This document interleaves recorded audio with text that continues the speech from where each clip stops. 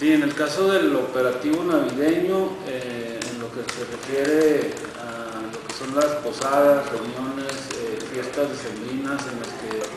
se acostumbra a consumir bebidas alcohólicas, tenemos lo que es el programa del conductor designado, que esta figura se ha estado reforzando al lado, entonces el conductor designado cada vez es más aceptado y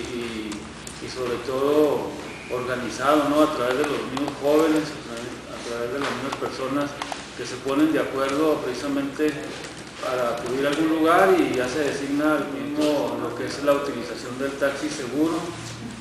por parte del Servicio Público de Transporte, en donde también estamos reforzando que se utilice el servicio de taxi como una alternativa de no conducir en estado de ebriedad. Por otro lado, también en donde tenemos 70 cadetes en formación para elementos viales, en donde ellos van a reforzar precisamente el programa de llama a un oficial de vialidad para que traslade la condición y requisito que cada año lo hemos estado comentando, es contar con su vehículo, su licencia de conducir y su póliza vigente. Estos serían 3 de los programas, además del programa de concientización de no conducir en estado de ebriedad.